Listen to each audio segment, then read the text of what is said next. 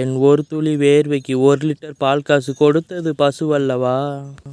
சொந்த இடம் இருந்தால் மாடு வாங்கி மேயி. என் பேர் அருணப்பா, என்கிட்ட இருக்கு 5 பசுவப்பா. அப்போ பெரிய ஆள் நினைக்காதீங்க, 3 கன்றுக்குட்டி 2 மாடு தான். அதுலேயும் 1 சென மாடு 1 பால் மாடு. நான் பாசமுள்ள மனிதனப்பா, பசு மாடு மேய்க்கும் மனிதனப்பா. நன்றி உள்ள ஆளப்பா அப்படிலாம் கிடையாது. நாற்றறுத்து போட்ட ஆள் நான் தான். வெயில் ஓவராக அடித்தா மாடெல்லாம் மேய்க்க வேணாம், நாற்றறுத்து போட்டுருந்தாங்க. நாற்றறுத்து போட்டாச்சு. கிராம வாழ்க்கை பிடிச்சவங்க மறக்க வேண்டியதுலாம் சப்ஸ்கிரைப் பண்ணிடுங்க. சிகரத்தை அடைந்தால் வானத்தில் ஏறு அப்படின்னு சொல்லுவார். அது மாதிரி நான் நன்றி உள்ள ஆளப்பா. 4 பேர் நம்ம யூடியூப் சேனலை சப்ஸ்கிரைப் பண்ணிடுங்கப்பா.